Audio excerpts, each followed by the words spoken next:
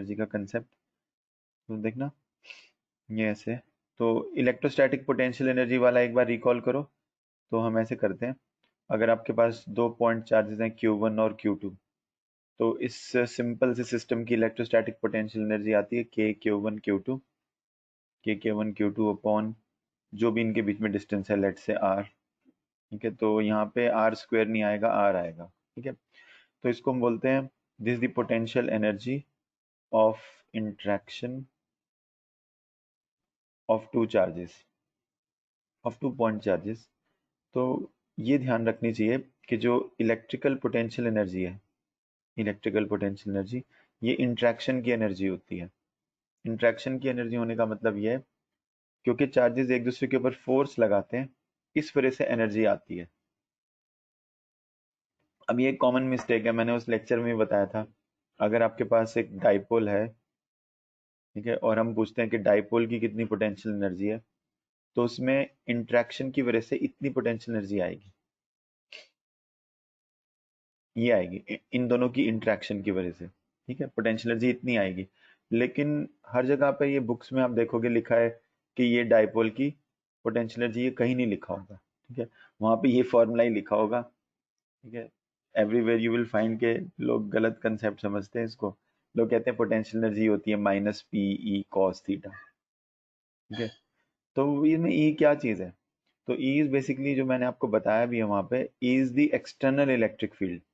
External electric field मतलब इस system में दो चार्जेस, तो ये पॉइंट चार्जेस हैं, और ये इलेक्ट्रिक फील्ड क्रिएट होने के लिए मान लो यहाँ पर कोई इनफाइनाइट प्लेन रखा हुआ है, उसके ऊपर भी तो चार्ज है। ठीक है, तो ये चार्ज इसके साथ इंटरेक्ट करेगा, ये चार्ज भी इसके साथ इंटरेक्ट करेगा, और ये आपस में भी इंटरेक्ट करेंगे।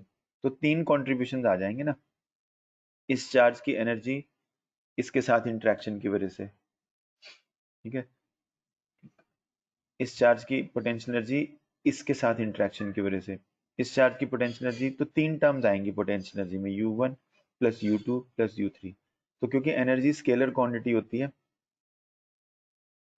तो हमें इंडिविजुअल कॉन्ट्रीब्यूशंस देखने होते हैं।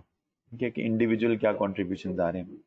तो हाँ, इनकी आपस में इंटरेक्शन की एनर्जी जो है, ठीक है, इनकी आपस में जो इंटरेक्शन की एनर्जी है, वो सीधा आ जाएगी माइनस KQ² अपॉन इनके बीच में जो भी डिस्टेंस है। अगर ये डिस्टेंस 2a है तो 2a लिख देंगे। तो ये एनसीईआरटी में किया भी हुआ है, आपको ध्यान में है।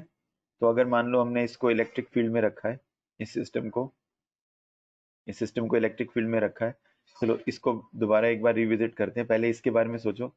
हमने कहा कि इंट्रैक्शन की वजह से पोटेंशियल एनर्जी आ रही है। ठीक है, क्यों आ रही है पोटेंशियल एनर्जी इंट्रैक्शन की वजह से?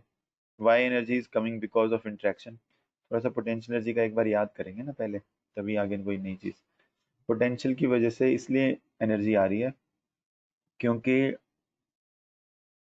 क्योंकि जब आप इस चार्ज को यहाँ से रिमूव कर देते हो, ठीक है, इस चार्ज को यहाँ से रिमूव कर देते हो, तो रिमूव करने के बाद इसको भी यहाँ से हटा दो, Q1 को भी, है ना। तो now we understand, suppose both these charges Q1 and Q2 which were earlier placed here, they have been removed from here, they are now at infinite infinity मान लो। अब हम Q1 को यहाँ तक लेकर आएंगे। ठीक है, तो Q1 को इन्फिनिटी से यहाँ तक लाने में कुछ वर्क होगा।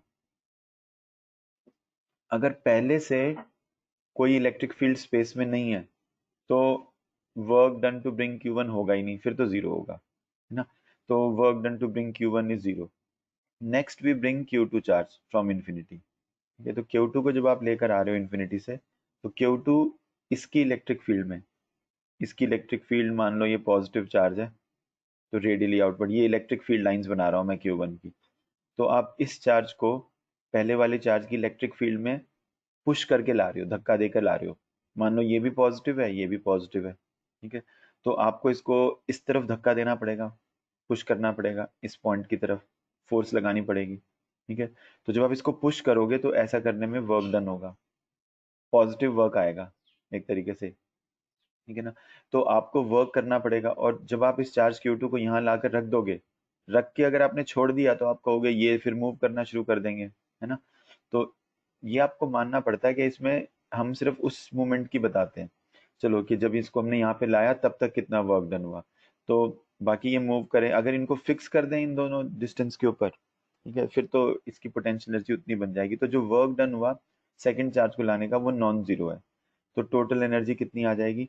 अब ये आपको ध्यान में रखना है कि वर्क डन कितना होगा, Q2 को इन्फिनिटी से बी पॉइंट तक लाने का वर्क कितना होगा। तो मान लो अभी Q2 इन्फिनिटी पर है, suppose Q2 is at infinity, ये इन्फिनिटी पर है, ये बी पॉइंट है, तो बी पॉइंट पे Q1 की इलेक्ट्रिक पोटेंशियल इतनी आ जाएगी अगर ये डिस्टेंस आ रहा है तो। ठीक है, now electric potential at the point B represents the work to be done to bring 1 coulomb charge from infinity to the point B. ठीक है, ये वो रिप्रेजेंट कर रहा है, ये वाली जो टर्म है ये क्या रिप्रेजेंट कर रही है, 1 कूलम को लाने का वर्क। और अगर हम Q2 कूलम को लेकर आते हैं तो कितना वर्क आएगा, Q2 कूलम को लेकर आते हैं तो वर्क डन इतना हो जाता है। ठीक है, तो वैसे ही यहाँ पर है। ठीक है, जब आप इसको यहाँ पे रखते हैं एक डाइपोल को, तो एनसीईआरटी में एक अलग अप्रोच से इसको निकाला हुआ है। उन्होंने कहा है कि यहाँ पे कुछ इलेक्ट्रिक पोटेंशियल होगी, तो इस चार्ज की पोटेंशियल एनर्जी इतनी आएगी -QV1। ठीक है, because of interacting with the source charge which creates this red field, ये जो ये वाली फील्ड लाइंस है, इसकी इंट्रैक्शन इस चार्ज के साथ हो रही है, उसकी वजह से इतनी एनर्जी है। ठीक है, और इसकी इंट्रैक्शन इसकी वजह से हो रही है, वो इतनी एनर्जी है, +Q2 × V। ठीक है, ये इन दोनों की और फिर इन दोनों की आपस में जो इंट्रैक्शन की एनर्जी है -KQ² R। अब ये V1 और V2 अगर हमें मालूम है तो हम बड़े आराम से टोटल एनर्जी निकाल सकते हैं। ठीक है, तो जब हम बोलते हैं कि what is the energy of this system, suppose we ask this question, what is the energy of this system by virtue of placing in the electric field, electric field में रखने की वजह से सिस्टम की एनर्जी कितनी आएगी। ठीक है, तो उसके अंदर यही दो टर्म्स बचेंगी, only these two terms will remain, this will not come when you are asking what is the potential energy of the dipole because of the because of placing in the electric field। तो उसमें ये इनकी आपस की interaction energy नहीं लेनी होती है आपको। ठीक है, चलो मैंने आपको 10 मिनट थोड़ा सा एनर्जी का कंसेप्ट रिकॉल करा दिया। अब एक ये कंसेप्ट है, ठीक है, जो कि बहुत इजी भी है। ठीक है, तो इन दो दो आर्टिकल्स आप लोग कर सकते हो। ठीक है, फिर उसके ऊपर बेस जो पोटेंशियल की बच्चों ने मुझे वर्कशीट की बाकी प्रॉब्लम्स भेजी थी उनका डिस्कशन हो जाएगा। तो एक तो इसमें यह है, मान लो आपके पास एक यूनिफॉर्म कंडक्टिंग शेल है, स्फेरिकल। ठीक है, we have a uniform conducting shell, एक तो ये है। ठीक है, अब इस यूनिफॉर्म कंडक्टिंग शेल का अभी ये अनचार्ज है। ठीक है, इसका रेडियस थिन शेल लगा लो तो इसका इनर और आउटर रेडियस ये और ये एक जितना है लगभग, very little difference is there, capital R is the radius. Now suppose we bring a charge, suppose हम इसके ऊपर क्यू चार्ज रखते हैं, ऐसे बना देते हैं। ठीक है,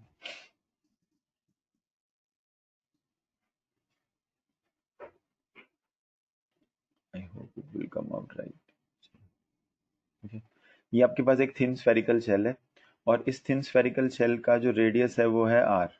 ठीक है, अभी ये अनचार्ज है शुरू में। ठीक है, नाउ सपोज इसके ऊपर जो चार्ज है मैं उसको कैपिटल क्यू कर देता हूँ, जीरो से मैंने चार्ज को कैपिटल क्यू कर दिया।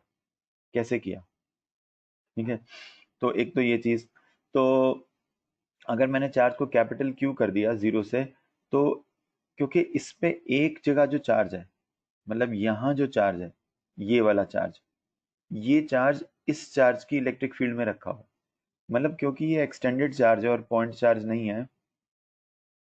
ठीक है, so one part of this charge जो यहाँ पे क्यू चार्ज आएगा इसके ऊपर, क्योंकि ये यूनिफॉर्म कंडक्टिंग शेल है। ठीक है, सब जगह रेडियस ऑफ कर्वेचर सेम है, तो ये चार्ज इक्वली स्प्रेड करेगा ना, यूनिफॉर्म चार्ज डेंसिटी आ जाएगी, यूनिफॉर्म चार्ज डेंसिटी आ जाएगी। ठीक है, तो अगर ये यूनिफॉर्म चार्ज डेंसिटी आ जाएगी, ठीक है, तो यूनिफॉर्म चार्ज डेंसिटी की वजह से, ठीक है, हमें ये बताना है कि अगर हम इसके एक चार्ज को कंसिडर करें, एक स्मॉल पोर्शन को कंसिडर करें यहाँ पर, वो इसकी फील्ड में पड़ा हुआ है और इसकी भी इलेक्ट्रिक फील्ड में रखा हुआ है। ठीक है, तो ये दोनों सोर्स चार्जेस बन गए, ये भी S1 और ये भी S2। तो then we talk about this, we ask if this charge is increased from 0 to capital Q and that charge sits on the outer surface of this shell. तो इस सिस्टम की ये एक इलेक्ट्रोस्टैटिक सिस्टम है, ठीक है, this is an electrostatic system. We talk about what is the potential energy of this system. इस system की पोटेंशियल एनर्जी कितनी आ जाएगी. ये एक इलेक्ट्रोस्टैटिक सिस्टम है.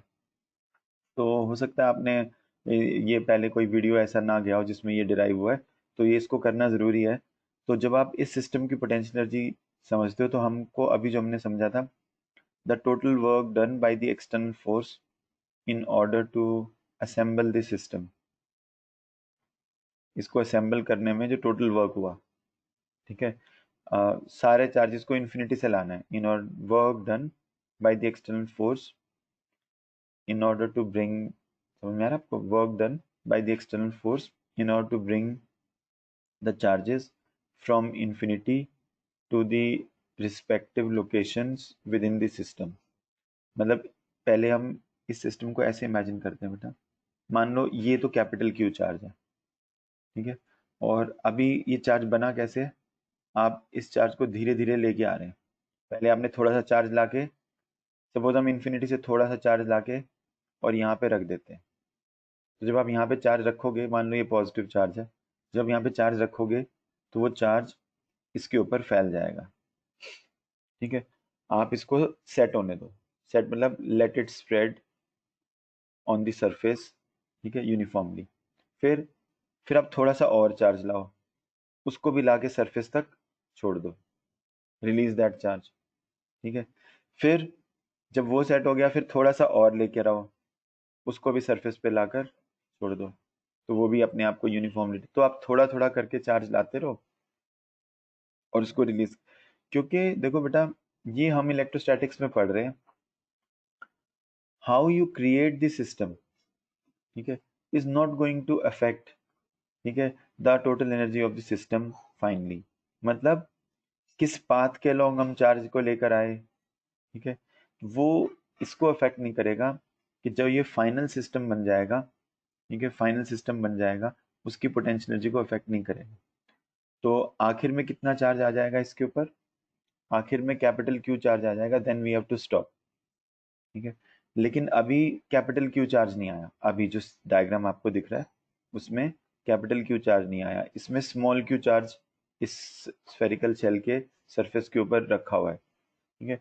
और मान लो हमें थोड़ा सा चार्ज डी क्यू और लेकर आना है, तो लेट अस आस्क, देखो अभी इसकी कुछ पोटेंशियल एनर्जी होगी जो इस डायग्राम में आपको दिख रही है, ठीक है, और अभी इसके सरफेस के ऊपर क्योंकि मेटल है तो इक्वी पोटेंशियल सरफेस है, तो हर पॉइंट पर कितनी पोटेंशियल है, इसके हर पॉइंट पर इतनी पोटेंशियल है. Now suppose we want to bring a point charge dq from infinity to let say this point, ठीक है. इस dq पॉजिटिव चार्ज को यहाँ लाकर छोड़ना है हमें, ठीक है.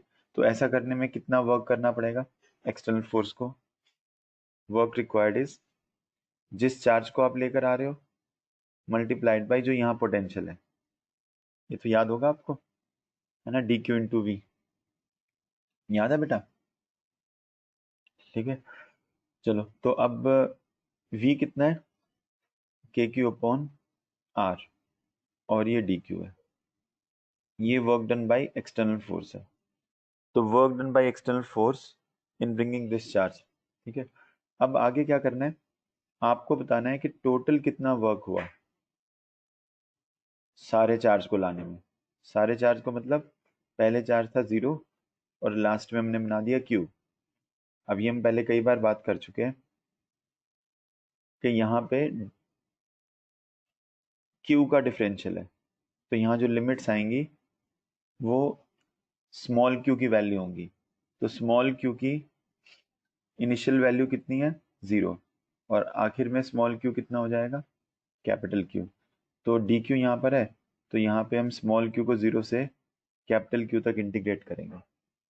तो अब आपके पास आएगा, तो इसमें k अपॉन आर तो कांस्टेंट है पर स्मॉल q वेरिएबल है, ठीक है. तो यहाँ से आपके पास आ जाएगा k, लिमिट्स पुट कर दोगे इसमें, ये तो आसान है। के क्या आएगा इसका इंटीग्रल? इसका इंटीग्रल आएगा Q²/2, और फिर उसमें हम लिमिट्स पुट करेंगे तो हमारे पास आंसर आ जाएगा के कैपिटल Q² अपॉन 2R। ये जो आपका है, ये इसको हम potential energy of the final system, final system मतलब आप मान लो कि आखिर में ये चार्ज डेंसिटी इसके ऊपर क्रिएट हो जाती है, तो ये सिस्टम की पोटेंशियल एनर्जी है। The total work done to assemble the system bringing all charges, ठीक है, from infinity to their respective locations within the system. Someone can say कि अगर हम कैपिटल क्यू चार्ज को यहाँ से लाके यहाँ छोड़ दे तो वो भी तो स्प्रेड करेगा, ठीक है। स्प्रेड करने के बाद जो फाइनल सिस्टम रेडी होगा वो कैसा सिस्टम है, मैंने बताया ना, आपने सिस्टम को कैसे बनाया है उससे पोटेंशियल एनर्जी नहीं गवर्न होती, ठीक है। Potential energy is not govern by how you create the system. तो जो आप कैपिटल क्यू को लाकर छोड़ दोगे तो जो फाइनल सिस्टम आएगा वो भी ऐसा ही होगा जैसा अभी हमने बनाया है। तो जैसा हमने बनाया उसकी जो पोटेंशियल एनर्जी है वही अगर आप कैपिटल क्यू को लाकर छोड़ दोगे उसकी एनर्जी होगी। तो इस एक्सप्रेशन को आप डायरेक्ट याद रख सकते हो। इस एक्सप्रेशन को, अगर हमारे पास एक कंडक्टिंग सॉलिड, एक सॉलिड कंडक्टिंग मेटल की बॉल है और उसका रेडियस है कैपिटल आर, और उसके ऊपर हम प्लस क्यू चार्ज प्लेस करते हैं तो उसकी पोटेंशियल एनर्जी का भी यही फॉर्मूला बनेगा, because charge resides only on the surface. Charge तो सरफेस पर ही है, ठीक है। आ जाएगा बेटा ये समझ में। तो एक तो ये फॉर्मूला आप डायरेक्टली याद रख लो, अगर आपको इस फॉर्म में अच्छा लगता है तो आप ऐसे याद कर लो, वो आपकी मर्जी है। आई थिंक ये बहुत अच्छा तरीके से याद रखने का एक तरीका है, ये वाला फॉर्मूला याद रख लो। बस ये ध्यान में रखना क्योंकि ये जो आपका है ये वर्क है या एनर्जी है, और फोर्स को डिस्टेंस से मल्टीप्लाई करने से वर्क आता है। तो फोर्स के फॉर्मूले में तो नीचे R² आता है, तो इसमें डिस्टेंस जब कैंसिल होगा तो यहाँ R बचेगा, ठीक है। ये ऐसे याद रख लेना चाहिए आपको, तो ये अब याद कर लो आप, ठीक है। Potential energy of a uniform sphere of charge, potential energy, कई लोग इसको self energy of the sphere भी बोल देते हैं। नाम से क्या फर्क पड़ता है तो electric potential energy, self energy बोलने से क्या फर्क पड़ जाएगा, ठीक है। कई लोग कहते हैं नहीं जी ये तो अपनी एनर्जी है सारी अपनी होती है, इसमें क्या है, ठीक है। तो इसलिए कई लोग इसको सेल्फ एनर्जी बोल देते हैं, ठीक है। तो बेसिकली वो इलेक्ट्रिक पोटेंशियल एनर्जी है, बस और कुछ नहीं है, ठीक है। अच्छा, अब मैं आपको एक एक प्रॉब्लम मैं आप लोगों को दूंगा, ठीक है। आप उसको वर्कआउट करने की कोशिश करो 2 मिनट के लिए। अब ध्यान से सुनना, इसमें आप लोग try to think about it for 2 minutes, ठीक है। तो ऑनलाइन का मतलब ये नहीं कि हम आपको कुछ भी सोचने को कहें नहीं। तो अब आपके पास एक यूनिफॉर्म स्फीयर ऑफ चार्ज आएगा। यूनिफॉर्म स्फीयर ऑफ चार्ज क्या है मतलब मान लो ये कोई इंसुलेटिंग वॉल्यूम है। इंसुलेटिंग वॉल्यूम में क्या है, उसकी वॉल्यूम में भी चार्ज हम स्प्रेड कर सकते हैं, नहीं।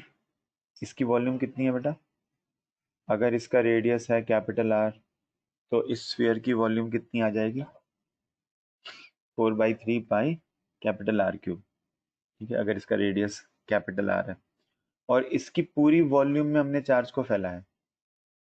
मेटल स्फीयर की तो वॉल्यूम में चार्ज आ ही नहीं सकता, है ना। अगर आप मेटल के स्फीयर की वॉल्यूम में चार्ज ऐसे डाल भी दोगे तो थोड़ी देर के बाद अपने आप से ये सारा चार्ज सरफेस के ऊपर आ जाएगा, यहाँ आ जाएगा चार्ज अपने आप से सरफेस के ऊपर, अंदर से यहाँ से मूव करके, ठीक है। अगर आप ज़बरदस्ती डाल भी दोगे तो। लेकिन अब हमें क्या लेना है, डाइलेक्ट्रिक स्फीयर। डाइलेक्ट्रिक स्फीयर मतलब, डाइलेक्ट्रिक स्फीयर मतलब insulating sphere. We are taking an insulating sphere, ठीक है। We are taking an insulating sphere. तो जो इंसुलेटिंग स्फीयर है, ठीक है, उसकी वॉल्यूम में हमने चार्ज डेंसिटी क्रिएट कर दी। तो अब आपको ये बताना है कि अगर ये चार्ज इस वॉल्यूम में यूनिफॉर्मली स्प्रेड है, यूनिफॉर्मली हमने स्प्रेड कर दिया, ठीक है। तो what is the potential energy, electric potential energy of this system. इस सिस्टम की इलेक्ट्रिक पोटेंशियल एनर्जी कितनी आएगी और वो हम कैसे फाइंड करेंगे। 2 मिनट के लिए आप सोचो, ठीक है। जैसे अभी हमने डेरिवेशन की वैसे ही आप 2 मिनट के लिए सोचो कैसे आएगी। एक बार थोड़ा सा दिमाग लगा कर देखो।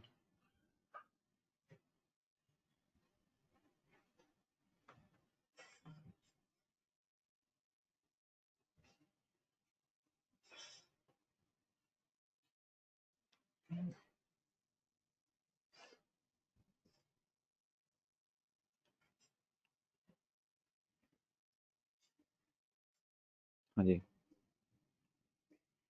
कैसे करेंगे इसको? क्वेश्चन समझ में आ गया ना आप लोगों को? मैं फिर से बता देता हूँ, ऑनलाइन में ये पता नहीं चलता है कि किसको आया समझ में। एक डाइलेक्ट्रिक, हमें एक वॉल्यूम चार्ज बनाना है। We have to make a volume charge in which charge is distributed uniformly. Charge is distributed uniformly in this sphere. Okay. What is the if finally we end up with a system in which capital Q charge is distributed throughout this whole volume, ठीक है, uniformly. मैं तो इसलिए wait कर रहा हूँ आपको problem समझ में आ जाए। तो मान लो ये सिस्टम हमें फाइनली बनाना है, और ये बनाने के लिए अभी तक हम यहाँ पहुँच गए, देखना x डिस्टेंस तक जाना, तो हमें r डिस्टेंस तक है, x डिस्टेंस तक हम पहुंच गए हैं। पहले से हम ना क्या कर रहे हैं, हम इन्फिनिटी से चार्ज लेकर आ रहे हैं q, ठीक है। चार्ज को लाके हम यहाँ पे रख के और उसको ऐसे फैला देते हैं, यूनिफॉर्मली उसको स्प्रेड कर देते हैं। मतलब यहाँ यहाँ चलते हैं, चलते हुए हम डालते जाएंगे चार्ज, और इस तरीके से डालेंगे कि चार्ज यूनिफॉर्मली स्प्रेड हो रहा है, ऐसा मानना है आपको, ठीक है। तो आप चार्ज लेकर आते जा रहे हो, और इसके ऊपर जब आप थोड़ा सा चार्ज और लाके यहाँ फैला दोगे तो स्फीयर का साइज बढ़ जाएगा। थोड़ा सा और लाओगे तो साइज और बढ़ जाएगा, ठीक है। अभी तक आप कितना चार्ज ला चुके हो इस सिचुएशन तक, है ना? मान लो पहले कोई भी चार्ज नहीं था इसमें, ये बिल्कुल खाली था, ये वाला स्फीयर बिल्कुल खाली था, तब इसमें चार्ज था 0, ठीक है। और अब कितना आ गया इसमें, देखना बेटा, क्योंकि स्फीयर के अंदर हमें इतनी चार्ज डेंसिटी चाहिए, ठीक है। तो अब इसकी वॉल्यूम है 4/3 पाई x क्यूब। इसकी वॉल्यूम अभी कितनी है, 4/3 पाई x क्यूब। इसका मतलब हम कितना चार्ज ला चुके होंगे, अभी इतना चार्ज ला चुके होंगे। और हमें अब और क्या करना है, हमें डी क्यू चार्ज इन्फिनिटी से लाकर इसके सरफेस के ऊपर फैलाना है। We have to spread d q charge more on this surface, understood? We have to spread a charge d q more on this surface, ठीक है। कैसे होगा वो स्प्रेड, तो वो आपकी चिंता नहीं है कि आप कैसे स्प्रेड करोगे, बस फाइनल सिस्टम पे ध्यान रखना है कि जब हम डी क्यू को, जब हम यहाँ पे डी क्यू चार्ज डाल देंगे तो इसका रेडियस x से थोड़ा सा बढ़कर x प्लस डी एक्स हो जाएगा, ठीक है। x प्लस डी एक्स हो जाएगा, बस ये ध्यान में रखना है कि इसका रेडियस x से x प्लस डी एक्स हो जाएगा, बाकी तो ईजी है, ठीक है ना। तो सोचो आप कैसे करेंगे। अभी कितना चार्ज है, तो अभी कितनी पोटेंशियल है ना। तो अभी जो ये ब्लू वाला सरफेस है, यहाँ पर इसके इस पॉइंट पर पोटेंशियल कितनी आएगी, के क्यू अपॉन एक्स, यानी कि के क्यू की वैल्यू रखो बेटा 4/3 पाई x क्यूब रो, और डिवाइड बाई एक्स।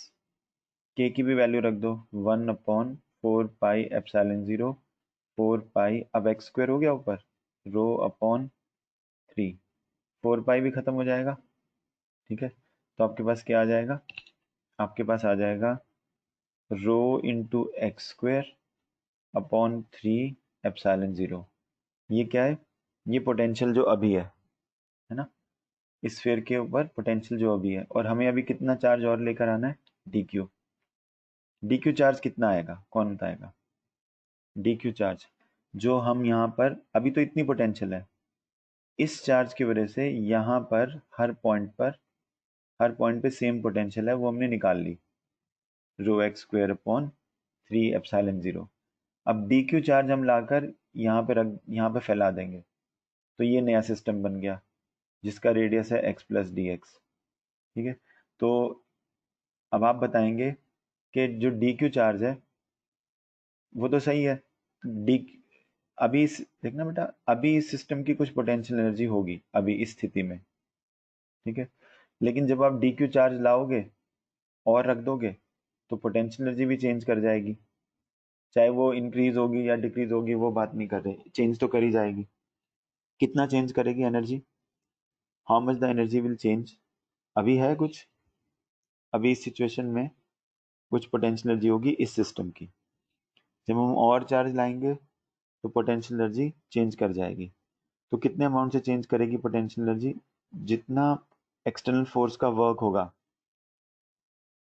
जो हमें और चार्ज लाके यहाँ पे फैलाना है, उसका जो एक्सटर्नल वर्क डन होगा उतने ही अमाउंट से ये पोटेंशियल एनर्जी इंक्रीज कर जाएगी।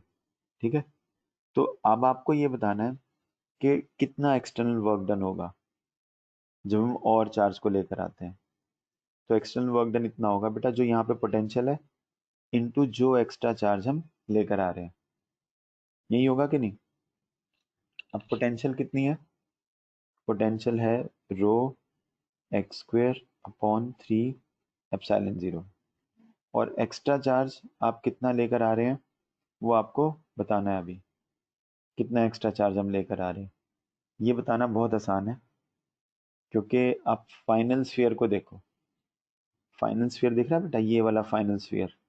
इस फाइनल स्फीयर में अगर हम एक्स डिस्टेंस तक जाएं, मतलब इसके जितना ही रेडियस ले लें स्फीयर का, फाइनल स्फीयर में अगर हम एक्स डिस्टेंस तक जाएं और फिर थोड़ा सा और बाहर जाएं एक्स प्लस डी एक्स तक, तो ये जो पतला सा ग्रीन वाला ये शेल ऑफ चार्ज आएगा।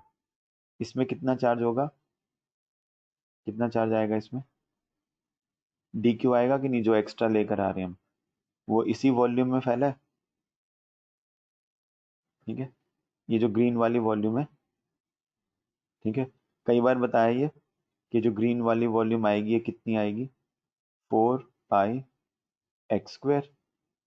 ये तो अंदर वाला जो इसका स्फीयर है उसका सरफेस एरिया आ गया 4 पाई x स्क्वायर। ठीक है, इंटू एरिया इंटू हाइट। ये हाइट है ना यहाँ से यहाँ तक, ये हाइट है, ये आ जाएगी dx। ये dv है। dv मीन्स ये जो ग्रीन वाला पार्ट है उसकी वॉल्यूम। क्यों निकालिए dv? क्योंकि जब हम इसको रो से मल्टीप्लाई कर देंगे तो हमें इसके अंदर वाला जो चार्ज है, इस वॉल्यूम के अंदर वाला चार्ज dq, वो चार्ज पता चल जाएगा कितना है। जिनको ये वाला आर्ग्यूमेंट समझ में नहीं आया तो उनको, क्योंकि कुछ ना कुछ ऐसे बच्चे होते हैं जिन्होंने ये वाली चीज़ पहले की नहीं होती, तो मैं एक बार बता देता हूँ उनके लिए कि जो ग्रीन वाला शेल है आपका, इसकी volume 4/3 pi x plus d x whole cube minus 4/3 pi x cube करके निकालते हैं। ये तो सबको ईजी लगी होगी क्योंकि इनर रेडियस x है, outer radius x plus d x, ये x और ये x प्लस डी एक्स। ठीक है, तो 4/3 pi A cube minus B cube, तो इसमें एक टर्म आएगी D X cube, X cube वाली टर्म तो कैंसिल हो गई। ठीक है, एक टर्म आई A cube plus B cube plus 3 a² b plus 3 ab²। ठीक है, और बस ये बचेगा, है ना, क्योंकि ये माइनस एक्स क्यूब है ना, ये माइनस एक्स क्यूब, ये इस एक्स क्यूब से कैंसिल हो गया। तो जब इंटीग्रेशन करते हैं तो लिमिट लेनी पड़ती है हमें। नॉन मेडिकल स्टूडेंट्स को भी नहीं पता अभी तो खैर, लेकिन इंटीग्रेशन एक लिमिट होती है और उस लिमिट में ये वाली जो टर्म्स हैं ये ज़ीरो बन जाते, ये बीच वाली नहीं, ये वाली टर्म जिनमें क्यूब और स्क्वायर आ रहा है, लिमिट लेते समय ये ज़ीरो बन जाएंगी। तो जिन्होंने इंटीग्रेशन को डिटेल में पढ़ा हुआ है, जो अभी 12th वाले बच्चों ने भी नहीं किया, नॉन मेडिकल के स्टूडेंट्स ने अभी पढ़ेंगे लिमिट एज अ सम, तब पता चलता है ये ऐसे क्यों होता है। तो ये वाली टर्म अभी ज़ीरो बन जाती है, तो इसका मतलब ये वॉल्यूम बचेगी 4/3 पाई इंटू 3 x² dx। तो ये 3 कैंसिल हो जाएगा, तो ये आ जाएगा 4 पाई x² dx। इसको हम कैसे याद रख सकते हैं? ये जो अंदर वाला एरिया है, एरिया तो आ गया 4 पाई x², ठीक है, और ये हाइट आ गई इसकी, dx। तो एरिया इंटू हाइट, जैसे क्यूबॉइड का होता है ना, तो इसको रो से मल्टीप्लाई कर दिया तो हमें क्या पता चल गया, ये डी क्यू की वैल्यू पता चल गई कि डी क्यू कितना है, कितना और चार्ज हम लेकर आए हैं। आसान ही है बेटा ये, बस आगे तो कैलकुलेशन करनी है और फाइनल रिजल्ट को याद रखना होता है, 3 एप्सिलॉन 0। ठीक है, डी क्यू कितना आएगा, 4 पाई x² into D x into rho, 4 पाई x² इंटू डी एक्स, ये डी क्यू है ना बेटा। रो कितना है वो आपको पहले से ही मालूम है, rho is equal to Q upon 4/3 pi r cube, ये 3 यहाँ आएगा, ये आ जाएगा बेटा। ये एक्सटर्नल वर्क डन है थोड़े से और चार्ज को लाने में, है ना। तो अब इसके अंदर ये एक रो और भी है यहाँ पर, है ना, तो लास्ट में जाके भी हम रो सब्स्टिट्यूट कर सकते थे इसमें। तो इस रो को भी हटा देते हैं, यहीं से हटा दें, इसको भी यहाँ से हटा दो, इसको भी। ठीक है, तो ये आ जाएगा आपके पास capital Q, again 4/3 pi r, okay, ये वॉल्यूम है ना, तो यहाँ 3, ये थोड़ी सी गड़बड़ होने का चांस है यहाँ पे, क्योंकि यहाँ पे एक 3 तो पहले से है। ठीक है ना, थोड़ा दूर करके लिखते हैं, 3/4 पाई r का क्यूब, ये क्यूब है। ठीक है, और एक 3 ये नीचे से पहले 3 फैक्टर है, ये दूसरा फैक्टर है ना, 4/3 पाई r क्यूब, ये दूसरा फैक्टर है। चलो, अब मतलब ये है कि ये एक्सप्रेशन बन गई आपके पास। अब इसमें ये 4 पाई इस 4 पाई से कैंसिल कर देते हैं, और ये 3 और ये 3 कितना बन गया, ये 9 बन गया, 9, 6 के नीचे भी 3 है ना, ये इसको कैंसिल कर दो पहले, ये वाले 3 को इस 3 के साथ कैंसिल कर दो, तो आपके पास बनेगा Q अपॉन, ये वाला Q ले लिया मैंने, ये एप्सिलॉन 0 भी ले लेते हैं, इस 4 पाई को भी ले लेते हैं, तो Q अपॉन 4 पाई एप्सिलॉन 0, ये वाला Q भी ले लेते हैं, तो ये Q² बन गया। 3 भी ले लेते हैं, ये 3 भी ले लिया, ये भी हो गया। ठीक है, और नीचे r³ भी ले लेते हैं, r³ भी ले लो, बचेगा क्या, x⁴ dx, ये बचेगा। ठीक है, तो x⁴, ये तो small work done in order to bring dq charge है। टोटल वर्क डन ये आएगा, और उसमें रेडियस, ये रेडियस है, variable radius, final initially x0 था और लास्ट में x r बन जाएगा। ठीक है, तो आपके पास ये बन जाएगा 3 अपॉन 4 पाई एप्सिलॉन 0 r का क्यूब, और x की पावर 5 आ जाएगी, तो ये r की पावर 5 अपॉन 5 बच जाएगा। ठीक है, और इसको अगर आप देखते हो तो ये बन जाएगा, क्या बनेगा, आपके पास आएगा नीचे से शायद हमने एक r³ छोड़ दिया है ना, ये वाला r³, तो यहाँ पे 6 बन जाएगा, 6 बनेगा यहाँ पर, ये 6 बन जाएगा, क्योंकि दो r³ हैं, देख लेना आप, 6 ही बनेगा। ठीक है, और ये आपके पास आएगा 3/20, ठीक है, Q² upon pi epsilon 0 r, मतलब ये 3Q² upon 20 pi epsilon 0 r, तो ये 3/20 इसमें आता है। ठीक है, ठीक है, ये करेक्ट करेक्ट आंसर है, करेक्ट वैल्यू है, 3Q² upon 20 pi epsilon 0 r। ये पोटेंशियल एनर्जी होती है यूनिफॉर्म स्फीयर ऑफ चार्ज की। तो मुश्किल लग सकता है आपको, मैंने एक्सप्लेन कर दिया सारा, आप चाहो तो इसको एक बार कॉपी में रिकॉर्डिंग से देख के वर्कआउट कर लेना। मेडिकल वाले स्टूडेंट्स तो इसको याद रख लें बस, ठीक है, डायरेक्टली एक बार देखने के बाद कि हाँ ये डिराइव होता है, उनको यूज भी, यूज तो देखो करना पड़ सकता है, कम चांस है पर करना पड़ सकता है। मेडिकल वालों को बहुत ही इजी प्रॉब्लम्स आती हैं। देखो बच्चे मिसगाइड किस तरह हो जाते हैं, वो थोड़ा ज़्यादा मुश्किल प्रॉब्लम्स करने के चक्कर में पड़ जाते हैं, वो आएंगी नहीं। ये तो स्टैंडर्ड आर्टिकल है इसलिए ये फिर भी आ सकता है, पर आप देखो पिछले 20 ईयर्स में ये कितनी बार आया है। ठीक है, और इजी क्वेश्चंस रिपीट होते रहते हैं सेम, उनको क्या पता नहीं है जो एग्जामिनर्स की ये भी क्वेश्चन बन सकता है, उन्हें मालूम है, लेकिन वो देते नहीं है ना, क्योंकि मेडिकल में तो जैसे बिल्कुल इजी क्वेश्चंस आते हैं, और इवन मेंस में अभी तक कभी मैंने देखा नहीं है आया हो, लेकिन वहां पे फिर भी आ सकता है। ठीक है, तो ये फिक्स्ड आर्टिकल है स्टैंडर्ड, दोनों जो मैंने अभी डिराइव कराए हैं ये एच.सी. वर्मा की बुक में भी दिए हुए हैं, वहाँ से भी आप देख सकते हो। मुझे लगा मैंने थोड़ा फास्ट कराया फिर भी ठीक है, तो इससे भी स्लो कराना चाहिए था, बट चलो आप इसको वीडियो से देख लेना। और ये फाइनली आप याद रखो बेटा सभी लोग, ठीक है, कि अगर आपके पास एक शेल ऑफ चार्ज है तो उसकी पोटेंशियल एनर्जी आएगी क्यू स्क्वायर अपॉन, उसमें नीचे 8 आता है, पाई एप्सिलॉन 0 आर, और यूनिफॉर्म स्फीयर ऑफ चार्ज में ऊपर क्यू स्क्वायर आता है और 3/20 का फैक्टर आ जाएगा, पाई एप्सिलॉन 0 आर। ठीक है, तो अब अगर मान लो आपको ये क्वेश्चन आ गया, जैसा कि आपके नोट्स वर्कशीट में भी दिया हुआ है, कि एक शेल यहाँ पर है और एक शेल यहाँ पर है, ठीक है, इसके ऊपर है Q1 चार्ज, इसके ऊपर है Q2 चार्ज, रेडियस वैसे तो सेम भी ले सकते हैं पर अलग ले लेते हैं, ठीक है, और ये दोनों चार्जेस एक दूसरे की विसिनिटी में या नेबरहुड में पड़े हुए हैं, ठीक है। नेबरहुड का उल्टा क्या होता है कि they are isolated from one another, अगर ये बहुत दूर है वो अलग सिचुएशन है, तो अगर ये नेबरहुड में है तो that means they are interacting, they can apply forces on one another. Far removed का मतलब they can not apply forces on one another. तो अगर ये इसका सेंटर है, ये इसका सेंटर है, इनके बीच में डिस्टेंस को सपोज मैं d दिखा देता हूँ, तो इसमें पोटेंशियल एनर्जी में 3 टर्म्स आएंगी कि नहीं।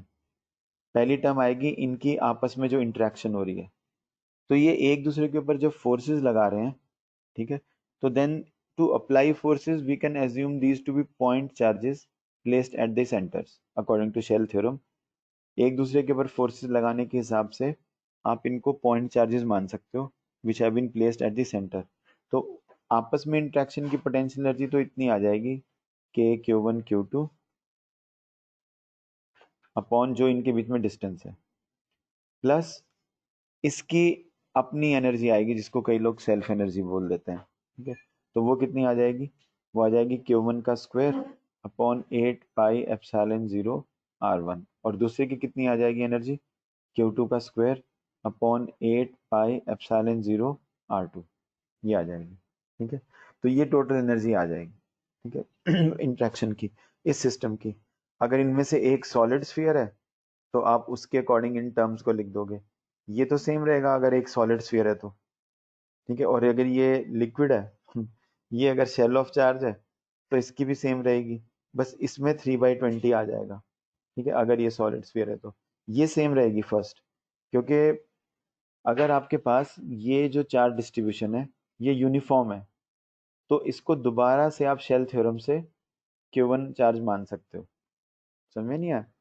अगर पहले वाला सॉलिड स्फीयर ऑफ चार्ज है, suppose this is a solid sphere of charge, again you can imagine Q1 charge to be placed at the center just like it becomes a point charge।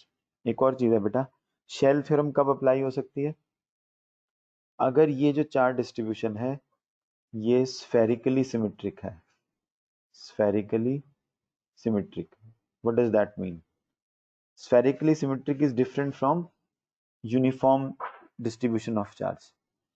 Spherically symmetric का मतलब है कि अगर हम यहाँ से x distance पर जाएं और एक स्फीयर ड्रॉ करें, अगर इस स्फीयर के हर पॉइंट पर अगर charge density, surface charge density sigma same है, अगर यहाँ पर या रो लगा लो, अगर यहाँ पे हर पॉइंट पे वॉल्यूम मतलब यहाँ इसके अराउंड स्मॉल वॉल्यूम हम कंसिडर करें, तो इसका मतलब देखो ये नॉन यूनिफॉर्म भी हो सकता है, ठीक है। अगर मान लो हम x से थोड़ा आगे जाएं, 2x डिस्टेंस तक जाएं, अगर वहां पे रो, वहां पे वॉल्यूम चार्ज डेंसिटी और अंदर वाले पे वॉल्यूम चार्ज डेंसिटी दोनों इक्वल हैं, यानी कि सेंटर से आप किसी भी डिस्टेंस तक जाओ, अगर वॉल्यूम चार्ज डेंसिटी सेम है, सेंटर से आप x तक चले जाओ या थोड़ा बाहर तक चले जाओ, यहाँ तक एक स्फीयर बना लो, अगर volume charge density everywhere same है फिर तो यूनिफॉर्म चार्ज डिस्ट्रीब्यूशन। लेकिन मान low volume charge density change कर रही है, यहाँ अलग वॉल्यूम चार्ज डेंसिटी है और x प्लस x/2 मतलब 3x/2 डिस्टेंस पे अलग वॉल्यूम चार्ज डेंसिटी है, लेकिन एक स्फीयर के ऊपर हर जगह सेम है, तो उसको हम स्फेरिकली सिमेट्रिक बोलते हैं।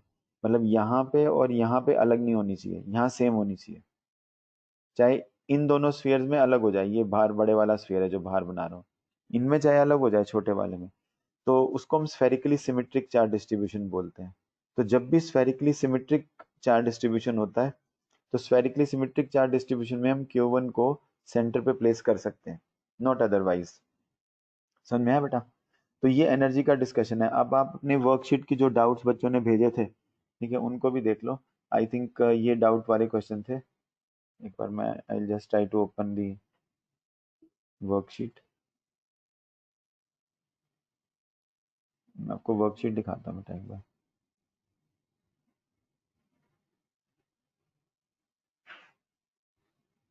आई don't know if I have taken it out और नॉट, जस्ट अ मिनट। जो वर्कशीट थी वो निकाल रहा हूँ एक बार, एक सेकेंड रुक जाइए।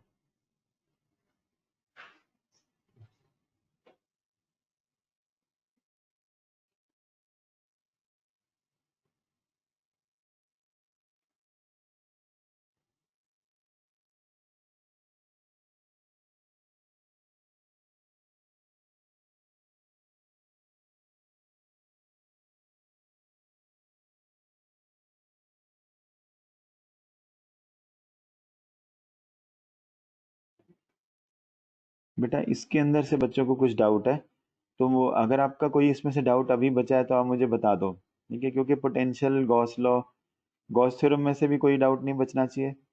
कूलम्स लॉ, इलेक्ट्रिक फील्ड, ये मैंने आपको जो 4 वर्कशीट्स दी हैं, ठीक है? तो इसमें से मुझे लगता है कि बच्चों ने लास्ट वाले क्वेश्चंस के डाउट्स कुछ पूछे थे, ठीक है? जैसे ये 47th पूछा था, अब ये हो जाएगा जिसने भी पूछा था, आप चेक कर लो एक बार, देखना 47th का जो हमने आज पढ़ा है उसके बेसिस पे क्या आंसर बनेगा। इसमें कंसेंट्रिक शेल्स दिए हुए हैं। हाँ, कंसेंट्रिक शेल्स दिए हैं बेटा, R1 and R2। R1 is bigger than R2, they carry charges Q1 and Q2। Total energy, एक तो अंदर वाले की अपनी एनर्जी आएगी, 3 टर्म सिर्फ डी पार्ट में दी हुई है ना, तो डी पार्ट ही आएगा, लेकिन आप चेक कर लो सही है कि नहीं। तो ये जो फर्स्ट टर्म है ब्रैकेट में, ये वाली first term Q1 square/2 R1, ये तो self energy of the inner shell है ना, ये self energy of the outer है, और ये इनकी इंट्रैक्शन वाली है, ठीक है? इनकी इंट्रैक्शन वाली एनर्जी है। समझ में आएगा आपको? तो ये कितनी एनर्जी आ जाएगी? इसमें कितने दिए हुए हैं? 2 शेल्स दिए हुए हैं, है ना? तो बाहर वाले शेल के ऊपर कितनी चार्ज आएगा? ये वाली टर्म आ जाएगी उसकी इंट्रैक्शन की। सिस्टम कंसिस्ट ऑफ 2 इंटरनल, तो आपको ये सोचना है कि जो अंदर वाला चार्ज है वो बाहर वाले चार्ज के ऊपर कितनी एनर्जी, कितनी वो लगाएगा, फोर्स लगाएगा, उसकी टर्म्स में सोचो, ठीक है? इलेक्ट्रिक फील्ड कितनी आ जाएगी उसके ऊपर? कर लोगे? अगर डाउट है तो बताओ। डी पार्ट आ जाएगा, ठीक है? एक चीज और मेरे को याद आ रही है जो मैं भी बता देता हूँ, फिर मैं भूल जाऊंगा। ये चीज जितना हो जाए उतना अच्छा। वैसे तो सारी चीजें याद आ जाती हैं जैसे जैसे हम प्रॉब्लम्स करते हैं। एक इस छोटे से कंसेप्ट को देखेंगे बेटा। अ, ये शायद आपको लेक्चर नहीं मिला होगा। जैसे अगर आपके पास सपोज एक मैं स्फीयर बनाता हूँ, ठीक है? अब मान लो ये इसके ऊपर यूनिफॉर्मली चार्ज स्प्रेड है, ठीक है? मान लो +Q, और ये सॉलिड स्फीयर है, सॉलिड कंडक्टर है। सॉलिड कंडक्टर के अंदर तो चार्ज रहेगा ही नहीं। Any excess charge on a metallic, solid metallic conductor will reside on the surface, resides on surface. तो इसमें क्योंकि ये इसका रेडियस ऑफ कर्वेचर अगर r है, तो इसके ऊपर जो चार्ज डेंसिटी आ जाएगी वो सिग्मा, वो तो आपको मालूम ही है, Q/4πε0, सॉरी Q/4πr², ε0 नहीं आएगा, ये चार्ज डेंसिटी आ जाएगी। तो अब इसमें कंसेप्ट क्या है कि यहाँ पे कितनी इलेक्ट्रिक फील्ड आती है, देखना। इलेक्ट्रिक फील्ड यहाँ पर सरफेस के ऊपर कितनी आती है वो हमने डिराइव किया था। यहाँ पे इलेक्ट्रिक फील्ड, इस पॉइंट पर इलेक्ट्रिक फील्ड निकालने के लिए आप इस पूरे चार्ज को, +Q चार्ज को कहाँ पे रखा हुआ मान सकते हो? आप ये मान सकते हो कि पूरा का पूरा चार्ज +Q सरफेस पे नहीं है, यहाँ पर है। याद आया आपको? You can assume this charge to be here, और इसकी इलेक्ट्रिक फील्ड आ जाती है K∼Q/r², ठीक है? तो इसी एक्सप्रेशन को अगर हम ध्यान से देखें तो ये K की वैल्यू भी रख दो इसमें, Q/4πε0r²। तो इससे हम एक रिजल्ट को याद रख सकते हैं इस सिंपल सी ऑब्जर्वेशन से। तो ये इसको हम सिग्मा अपॉन एप्सिलॉन जीरो कर सकते हैं कि नहीं इलेक्ट्रिक फील्ड को, कि यहाँ पर जो सरफेस पे इलेक्ट्रिक फील्ड है outwards, radially outwards, E vector, it has to be radially outwards, तो वो उसका मैग्नीट्यूड इतना आ जाएगा, है ना, सिग्मा अपॉन एप्सिलॉन जीरो। और इस रिजल्ट को हमने जनरली भी किया था। जनरली कैसे किया था कि अगर आपका जो सॉलिड कंडक्टर है मेटल मेटल का, वो किसी भी आर्बिट्री शेप का है, तो हमने बताया था कि उसके ऊपर जो सरफेस चार्ज डेंसिटी है वो यूनिफॉर्म नहीं होगी। ठीक है, कहीं पे सरफेस जहाँ पे रेडियस ऑफ कर्वेचर कम है वहाँ तो इलेक्ट्रिक फील्ड बहुत ज़्यादा हो जाती है, जहाँ पे गोलाई ऐसी है कि रेडियस ऑफ कर्वेचर ज़्यादा आ रहा है वहाँ इलेक्ट्रिक फील्ड रिलेटिवली कम होती है। ठीक है, ये चीज़ आपने आर्ग्यू कर ली थी ना, पहले भी आपको लेक्चर में भेजा था। तो लेक्चर नहीं मिस करो, कोशिश ये होती है कि सारी चीज़ें मैं लाइव क्लास में एक बार करा दूं, लेकिन लेक्चर ज़रूर देखना चाहिए। तो अगर मैं इस पॉइंट की बात कर रहा हूँ, मान लो पी पॉइंट की, और मैं आपसे पूछता हूँ कि बेटा इस पी पॉइंट पर इलेक्ट्रिक फील्ड का, अब जैसे ये स्फीयर है, तो स्फीयर में क्या है कि हर जगह रेडियस ऑफ कर्वेचर सेम ही है, यहाँ भी आ रहा है कैपिटल आर, यहाँ भी कैपिटल आर है। ठीक है, तो हर जगह रेडियस ऑफ कर्वेचर सेम है, तो इसका मतलब इसके ऊपर यूनिफॉर्म चार्ज डेंसिटी आती है। ठीक है, charge density is also same, इस पोर्शन में चार्ज डेंसिटी, इस पोर्शन में चार्ज डेंसिटी, और यहाँ पर सब जगह सेम है, sigma, it is same uniform. तो इस वजह से इलेक्ट्रिक फील्ड भी सेम रहेगी सरफेस के ऊपर, यहाँ भी उतनी इलेक्ट्रिक फील्ड का मैग्नीट्यूड में, इलेक्ट्रिक फील्ड का मैग्नीट्यूड उतना ही है, यहाँ भी इलेक्ट्रिक फील्ड का मैग्नीट्यूड उतना ही है। ठीक है, तो अब हम ये पूछ रहे हैं कि अगर ये वाला पॉइंट है, ये पॉइंट, तो इस पॉइंट के ऊपर ऐसा कोई फॉर्मूला हो सकता है। तो ये फॉर्मूला हमने डिराइव भी किया था कि अगर हम इस पॉइंट के आसपास एक वेरी स्मॉल टाइनी एरिया लें, ds, infinitesimally small area, then in that infinitesimally small area there will be some charge dq, and dq upon ds is the value of sigma around this point।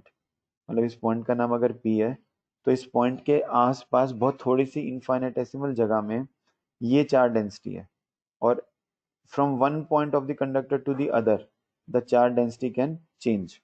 ठीक है, but what is the electric field at the point p, ये point का नाम अगर p है, तो यहाँ पे कितनी इलेक्ट्रिक फील्ड आएगी। तो इलेक्ट्रिक फील्ड का जो मैग्नीट्यूड है वो इसी फॉर्मूले से मिलता है, सिग्मा अपॉन एप्सिलॉन जीरो। इसका प्रूफ हमने बनाया है, बनाया कि नहीं इसका प्रूफ। ठीक है, याद है बेटा आपको, बनाया इसका हमने प्रूफ कि इलेक्ट्रिक फील्ड इतनी आएगी। हाँ, अगर किसी को भूल गया तो मैं थोड़ा सा याद करा देता हूँ। इसका हमने ऐसे प्रूफ बनाया था बेटा कि अगर हम एक pill box shape Gaussian surface लेते हैं, है ना, और इस गॉसियन सरफेस पे हम गॉस थ्योरम अप्लाई करते हैं, तो गॉस थ्योरम अप्लाई करने से यहाँ पे इलेक्ट्रिक फील्ड नॉर्मल आएगी कंडक्टर की, ये तो सबको पता है, क्योंकि electric field is always normal to the conductor. तो ये जो ds है ना, तो जब हम गॉस थ्योरम लिखते हैं, तो गॉस थ्योरम लिखने के टाइम पे ऐसे कुछ लिखते हैं, 1/एप्सिलॉन 0 टाइम्स चार्ज इनक्लोज, तो चार्ज इनक्लोज आएगा सिग्मा इंटू ds। समझ में आया? क्योंकि हमने ये एज्यूम कर लिया q सिग्मा, है ना। तो अब ये जो अंदर जो इसकी गोलाई है, गर्थ है सिलेंडर की, उसके ऊपर तो कोई इलेक्ट्रिक फील्ड कट ही नहीं कर रही, और सॉलिड के अंदर इलेक्ट्रिक फील्ड होती नहीं। तो ये जो इंटीग्रल को ओनली कंट्रीब्यूशन आएगा, ये जो बाहर वाला सर्फ एरिया है, ये वाला जिसको मैंने शेड किया, ये वाला एरिया, इससे आएगा e इंटू डी एस, और फिर ये sigma D S upon epsilon zero, ये डी एस कैंसिल हो गया। ठीक है, तो ये हम कर चुके हैं पहले। फिर हमने एनसीईआरटी में ये क्वेश्चन किया था कि अब मान लो कि अगर हम यहाँ पे इसको हम मान लेते हैं कि, देखो ये क्वेश्चन है, सपोज मैं आपसे पूछता हूँ कि इस चार्ज के ऊपर कितनी फोर्स लग रही है, ऐसा क्वेश्चन पूछते हैं। व्हाट इज द, ये स्फीयर के लिए भी आ सकता है same question, what is the force experienced by this charge, ये जो स्मॉल डी क्यू चार्ज है ना पी पॉइंट के इर्द गिर्द, इस चार्ज के ऊपर बाकी का जो चार्ज है वो कितनी फोर्स लगा रहा है, जो सॉलिड कंडक्टर के ऊपर बाकी चार्ज है। ये तो हमने देखा, मैंने आपको बताया था बेटा, जब ये वाले चार्ज के ऊपर ये वाला चार्ज फोर्स लगाएगा, इस चार्ज के ऊपर ये वाला चार्ज, दोनों फोर्स लगाएंगे, इसके ऊपर लगाएंगे ना, अभी हमने पोटेंशियल एनर्जी के आर्गुमेंट में किया था। तो वही चीज पूछ रहे हैं किसी को याद है इसमें हमने क्या किया था। अगर ये आपके पास लेक्चर में आया तो आया होगा, नहीं आया तो अभी सुन लेंगे। ठीक है, मैं श्योर नहीं हूँ ये वाला पॉइंट आया है कि नहीं, इसलिए बता रहा हूँ। तो अगर हम ये पूछते हैं कि इस स्मॉल चार्ज डी क्यू के ऊपर, ठीक है, remaining charge on the surface कितनी फोर्स लगाएगा, remaining charge on the surface, ठीक है। तो उसके लिए आपको वो याद करना चाहिए जो हमने, अब ये हमने आपको लेक्चर भेजा हुआ है, एनसीईआरटी में भी दिया हुआ है। अभी आप फॉर द टाइम बिंग इसको हॉलो मान लो, क्योंकि सॉलिड और हॉलो एक ही चीज बनेगी मेटल में, समझे, हॉलो मान लो 1 मिनट के लिए, फिर आपको याद आ जाएगा कि हमने क्या रिजल्ट बनाया था। तो अगर इसमें हॉलो मान लेता हूँ, और इस हॉलो कंडक्टर में मैंने यहाँ पे एक होल बना दिया, समझ नहीं आया, एक होल बना दिया ऐसे, ये होल बना दिया, और इस होल के इर्द गिर्द हम बोलते हैं कि कितनी इलेक्ट्रिक फील्ड आएगी, या होल में कितनी इलेक्ट्रिक फील्ड आएगी। अगर इस पॉइंट पी के आसपास जो थोड़ा सा एरिया है, ये वाला एरिया, यहाँ पे एक एरिया बनाना पड़ेगा, ये पीछे भी आएगा नीचे की तरफ, है ना। तो इस एरिया में अगर चार्ज डेंसिटी सिग्मा है, तो होल में कितनी इलेक्ट्रिक फील्ड आती है, ये फॉर्मूला हमने डिराइव किया था, इसका वीडियो भी आपके पास आया, नहीं याद है तो याद कर लेंगे, सिग्मा अपॉन 2 एप्सिलॉन 0 आती है, ये सुपरपोजिशन प्रिंसिपल से आता है, ठीक है। तो इलेक्ट्रोस्टैटिक्स में और कुछ है ही नहीं, या तो रेगुलर चीजें हैं, या ये 2-4 रिजल्ट जो हम आज कंसिडर कर रहे हैं यही है बस, ये मत सोचो और भी आएगा, मेडिकल एडवांस में आएगा बस, और ठीक है ना। तो यहाँ पे जो इलेक्ट्रिक फील्ड है वो रेडी आउटवर्ड्स तो आएगी, मतलब normal to this small area, है ना, अगर हम होल को बंद कर दें, लेकिन मैग्नीट्यूड इतना आएगा। ये जो इलेक्ट्रिक फील्ड है, ये मानते हैं कि ये इलेक्ट्रिक फील्ड बाकी का जो पूरा चार्ज है उसकी इलेक्ट्रिक फील्ड है यहाँ पर, ठीक है, रिमेनिंग चार्ज की। तो एक्चुअली वो आपको जब डेरिवेशन करते हैं तब पता चल जाता है, आई डोंट नो आपने वीडियो भी देखा है कि नहीं। तो इस होल में इलेक्ट्रिक फील्ड इतनी आती है, ठीक है। और जब हम यहाँ पर एक डी क्यू चार्ज रख देते हैं, मतलब मान लो अब इस होल को हम बंद कर देते हैं, ये जो जगह है ये हमने यहाँ से रिमूव करके बाहर रख दी थी, ठीक है। तो इसके ऊपर कितना चार्ज है, आ गया होगा ये आपको पास पहले, ये डी क्यू चार्ज इतना आता है, सिग्मा इंटू डी एस। अब मैं अगर इस डी क्यू चार्ज को यहाँ ला के रख दूंगा, तो क्या होगा, इसके ऊपर फोर्स लगेगी इतनी, और ये वही फोर्स है जो remaining charge on the surface of the conductor इसके ऊपर लगाएगा जब हम इसको यहाँ रख देंगे, तो ठीक है। तो this is the force experienced by dq charge when you place this small cap back in here, ठीक है, because the electric field already existent there is this, ठीक है। और फिर ये कितना आ जाएगा, dq कितना है, सिग्मा इंटू डी एस, और इलेक्ट्रिक फील्ड कितनी है, सिग्मा अपॉन एप्सिलॉन 0, 2 एप्सिलॉन 0, है ना, ये 2 एप्सिलॉन 0। तो सिग्मा स्क्वायर अपॉन 2 एप्सिलॉन 0 ये फोर्स लगेगी इस चार्ज के ऊपर, जब इसको हम वापस यहाँ रख देंगे तो यहाँ पे रखने के बाद इसके ऊपर इतनी फोर्स लगेगी, ठीक है। और फोर्स पर यूनिट एरिया ये आएगी सिग्मा स्क्वायर अपॉन 2 एप्सिलॉन 0। इसको हम बोलते हैं मैकेनिकल प्रेशर, क्या बोलते हैं, mechanical pressure experienced by the solid. Mechanical pressure ये मतलब ये है बेटा, जैसे हम इसको खींच रहे हैं हाथ से, मान लो यहाँ एक हुक लगा हुआ है और आप हुक को अपने हाथ से खींच दो, तो उसको स्ट्रेचिंग कर रहे हैं कि नहीं हम सॉलिड में, अपने हाथ से कर रहे हैं, और इसमें हर जगह स्ट्रेचिंग हो रही है, लेकिन वो स्ट्रेचिंग किसी और एक्सटर्नल एजेंट की वजह से नहीं हो रही, जो हमने इसके सरफेस पे चार्ज रखा है। अब आप कहेंगे कि सॉलिड मेटल है तो उसमें तो कोई खिंचाव आएगा ही नहीं, आएगा तो सही, लेकिन वो सॉलिड मेटल के अंदर elastic forces also come into play. तो अगर ये एक्सपैंड करने की कोशिश करेगा भी, मान लो एक्सपैंड करेगा, थोड़ा बहुत तो एक्सपैंड करेगा ही, समझ में आ रहा है। अगर ये सॉलिड था, आपने इसके ऊपर चार्ज रख दिया, तो चार्ज रखने के बाद एक्चुअली ये ऐसे बन जाएगा, थोड़ा बहुत अगर शेप में हम इमेजिन करें कोई चेंज नहीं आया, मान लो इसका साइज बढ़ जाएगा, वॉल्यूम, लेकिन very small increase will be there. पर ऐसे क्वेश्चन दिए हुए हैं कि आपके पास एक सोप बबल है, ठीक है, अब सोप बबल के ऊपर हमने चार्ज रख दिया क्यू, तो new radius of the soap bubble find करना है। तो why the soap bubble increases its radius, it is slightly easy to change the shape, मतलब size of the soap bubble as compared to a solid metal, ठीक है ना। Solid metal तो आसानी से उसका साइज तो इंक्रीज नहीं करेगा, क्लियर है बेटे, ठीक है। तो ये बिल्कुल ही आसान चीज है, इसमें कुछ भी मुश्किल नहीं है, ठीक है। तो ये मैकेनिकल प्रेशर है ना, तो mechanical pressure experienced bye a mechanical pressure experienced bye a conductor when a charge is placed on it. एक सेकेंड, मैं अपना मार्कर पता नहीं कहाँ घुसा दिया। Let me just set. हाँ, ये देखना बेटा, अब ये वाली प्रॉब्लम आप देखो, ये सब ना नॉर्मल चीजें जो आती हैं, तो हम फालतू की चीजें करते रहें और मेन चीज हमारी रह ही जाए, तो उसका तो फायदा है नहीं कुछ भी। तो अब देखना, ये कंसेप्ट है। तो ये बड़ा कॉमन क्वेश्चन है कि आपके पास एक सॉलिड मेटल की बॉल है जिसका रेडियस है r, और इसके ऊपर हमने चार्ज q रख दिया। ठीक है, तो अगर मैं आपसे ये क्वेश्चन पूछूं, tell me what is the pressure experienced by the surface of the sphere, by the surface of the sphere because of placing this charge। Metal है ये, तो साइज बढ़ेगा नहीं, या बढ़ेगा तो बहुत कम बढ़ेगा, बढ़ेगा स्ट्रिक्टली स्पीकिंग तो बढ़ेगा, है ना, लेकिन बहुत ही कम, नेग्लिजिबल इंक्रीज होगा ना। ये वही है, हमने अपनी फिंगर को हिला दिया तो जुपिटर पे कितना असर पड़ जाएगा, पड़ेगा तो सही। ठीक है, कितना कम। हाँ, अगर इस स्फीयर का यंग्स बल्क मॉडुलस आपको दिया हुआ है ना, बल्क मॉडुलस दिया हुआ है, तो हम बता सकते हैं कि इतनी फोर्स लगी थी, इतनी फोर्स लगने से वॉल्यूम में इतना चेंज आ गया। वो तो हम कर सकते हैं कैलकुलेशन, बन भी जाएगा क्वेश्चन, आज तक किसी ने बनाया नहीं हुआ अभी, लेकिन सोप बबल वाला बनाया हुआ है। ठीक है,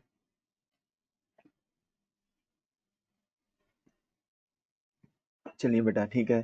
तो आप देखो, मैकेनिकल प्रेशर की एक्सप्रेशन है सिग्मा स्क्वायर अपॉन 2 एप्सिलॉन 0। ये डायरेक्ट मैकेनिकल प्रेशर, समझ में आपको, फोर्स पर यूनिट एरिया, ये ऐसी आती है। यहाँ पे एक एरिया लो, यहाँ पे एक पॉइंट लो, पॉइंट के इर्द गिर्द एक एरिया लो। अगर ये होल है तो होल में इलेक्ट्रिक फील्ड इतनी होगी, लेकिन अगर ये होल नहीं है तो इसका मतलब हमने sigma into D S charge को वापस रख दिया, तो उस पर फोर्स आएगी, small force on small charge.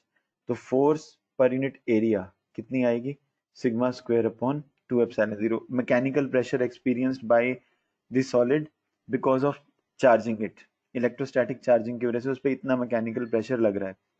Sigma की वैल्यू रखनी है बस आपको, वो है क्यू अपॉन 4 पाई r स्क्वायर।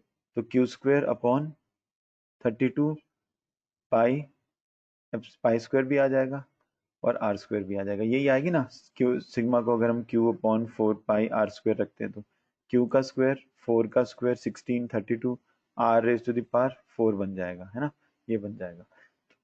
तो ये क्वेश्चन आ सकता है, और अब इसको आप कितना मर्जी बढ़ाते रहो, है ना। अब जैसे मान लो हमने कहा कि ओके, ये because of changing, this is the change in pressure. Now change in pressure upon fractional change in volume is equal to bulk modulus, minus भी लगा दो।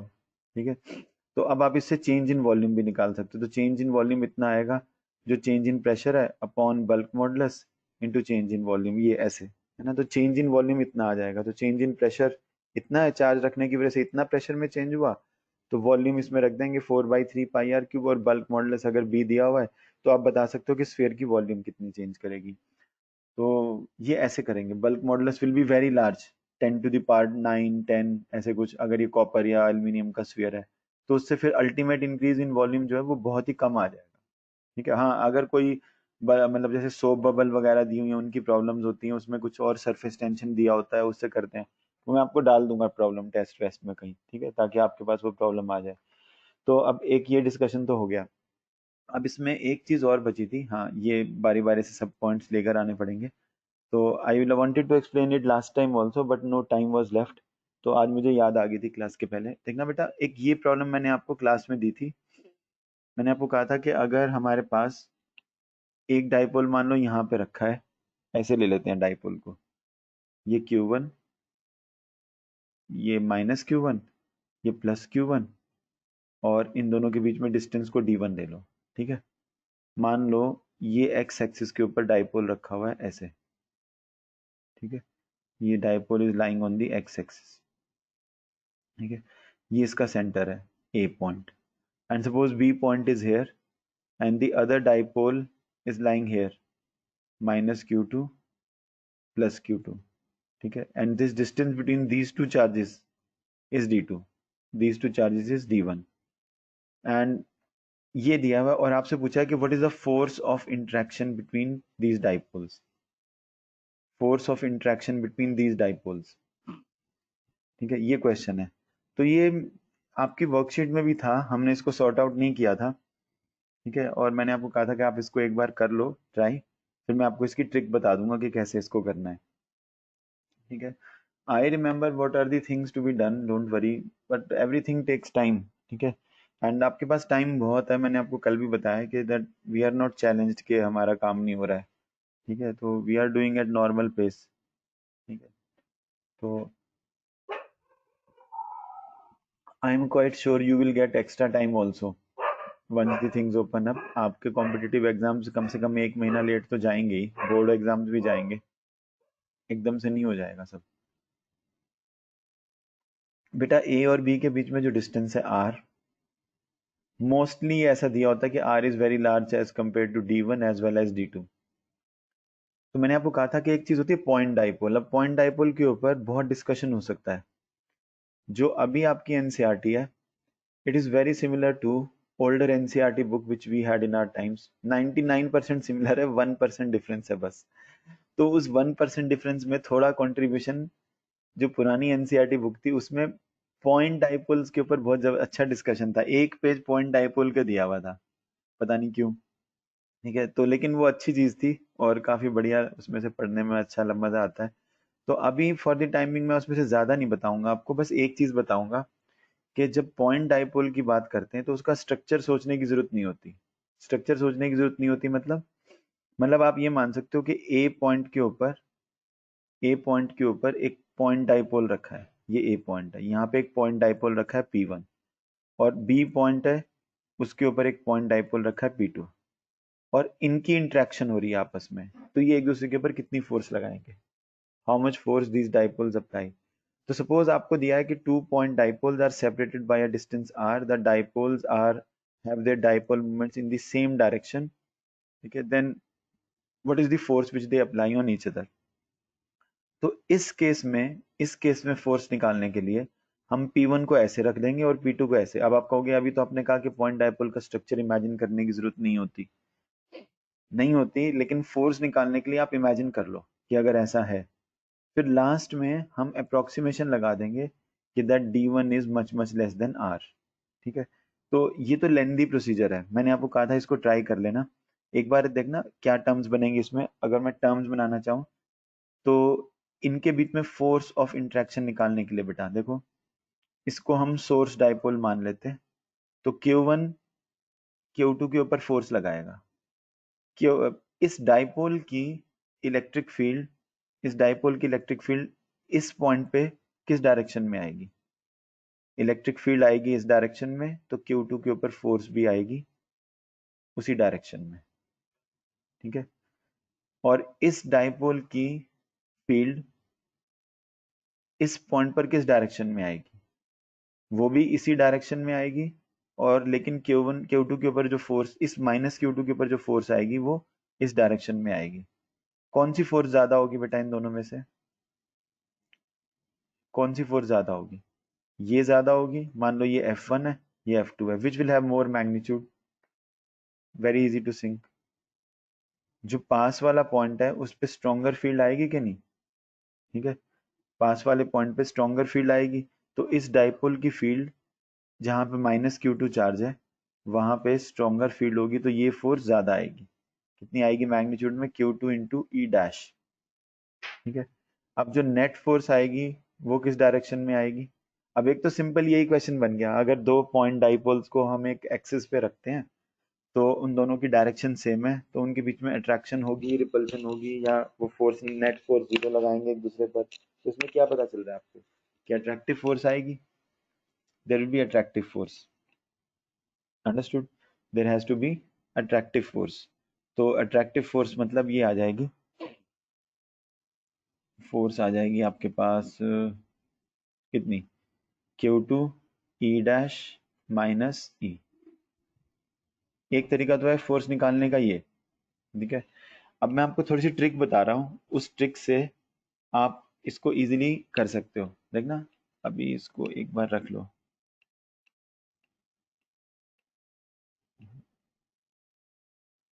देखना बेटा, ये नेट फोर्स आ रही है, नेट फोर्स इज, इसको ऐसे लिख दें, Q2, क्योंकि नेट फोर्स है, बड़े वाली फोर्स में से स्मॉलर फोर्स को माइनस कर दो, ठीक है। तो नेट फोर्स आएगी Q2 E dash minus E, ये आ गई नेट फोर्स, ठीक है।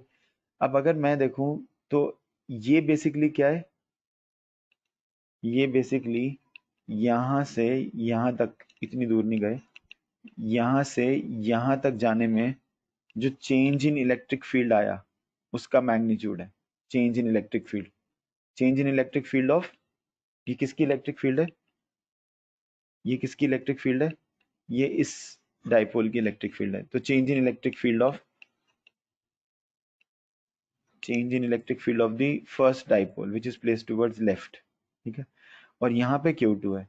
अब मान लो मैं यहाँ से यहाँ तक के डिस्टेंस को dl बोलता हूँ, ठीक है, और मैं यहाँ भी dl लिख देता हूँ, ठीक है। तो अगर ये भी डिस्टेंस भी dl है और ये डिस्टेंस भी dl है, तो ये क्या बन जाएगा, ये सेकंड डाइपोल मोमेंट बन जाएगा P2, समझ नहीं आया, ये सेकंड डाइपोल बन जाएगा। और इसको मैं फर्स्ट की इलेक्ट्रिक फील्ड बोल देता हूँ, फर्स्ट की इलेक्ट्रिक फील्ड, तो ये फोर्स बन जाएगी। तो ये एक सिंपल सा फॉर्मूला बन गया आपके पास, ठीक है, एक सिंपल सी एक्सप्रेशन आ गई, F is equal to P2 into DE by DL। तो ये याद रख लेंगे, है ना, डायग्राम के साथ। आप एक डायग्राम बनाओ, उस डायग्राम में आप यहाँ पे P1 डाइपोल दिखा दो, चाहे उसका स्ट्रक्चर ना दिखाओ, सिर्फ पॉइंट डाइपोल दिखा दो, ठीक है, ऐसे something like this, P1 dipole, P2 dipole and the axis on which they are lying, ठीक है। And then what is the force experienced by this? Force experienced by this is the rate of change of electric field of the first with respect to distance into the second dipole, और इससे आपके पास force आ जाएगी। अब आप देखो force आती है कि नहीं। तो अगर मैं यहाँ से r डिस्टेंस के ऊपर जाता हूँ तो electric field due to the first कितनी आती है, एक्सिस के ऊपर इलेक्ट्रिक फील्ड कितनी होती है बेटा, एक्सिस के ऊपर इलेक्ट्रिक फील्ड तो वो आती है 1/4πε0 p, क्या फॉर्मूला होता है एक्सिस के ऊपर, अपॉन r3, यही होता है ना, याद आया आपको, 2 भी आएगा, 2 भी आएगा, ठीक है। ये एक्सियल इलेक्ट्रिक फील्ड का फॉर्मूला है। और अब आपको बस यहाँ पे अगर मैंने इसको r दिखाया है तो इसको भी हम r ले सकते हैं, rate of change with distance. तो डिफ्रेंशिएट करेंगे तो क्या आएगा, इसका d बाई डी आर करेंगे तो, क्योंकि ये d बाई डी आर बन जाएगा। अब आप इसको अपने फॉर्मूले में ही r लिख लेना, इस डायग्राम में r कर रहे हो तो यहाँ पे भी डी बाई डी आर कर देना, ठीक है, l लेने की जरूरत नहीं है, ठीक है। या तो इसको भी l दिखाएं, ठीक है, वो आपकी मर्जी है, जो आपको अच्छा लगे, इसको डी आर कर देते हैं। तो अब इलेक्ट्रिक फील्ड कितनी आ जाएगी बताओ, इसका derivative with respect to r, तो बन जाएगा 6p/4 पाई, मैं मैग्नीट्यूड ले रहा हूँ, साइन छोड़ रहा हूँ, r⁴ इंटू ये P1 फर्स्ट डाइपोल, क्योंकि ये इलेक्ट्रिक फील्ड फर्स्ट डाइपोल की, और ये P2, तो आपके पास फोर्स की ये टर्म आ गई, बस ये फोर्स की टर्म आ गई आपके पास। तो इसमें r⁴ बन गया, दैट्स ऑल, ठीक है। तो ये फोर्स ऑफ इंटरेक्शन आ जाएगी इन दोनों डाइपोल्स में। और अगर आपको पोटेंशियल एनर्जी निकालनी है तो आपको पता होना चाहिए कि फोर्स जो है वो पोटेंशियल एनर्जी का डेरिवेटिव लेकर आई हुई है, समझ में नहीं आया।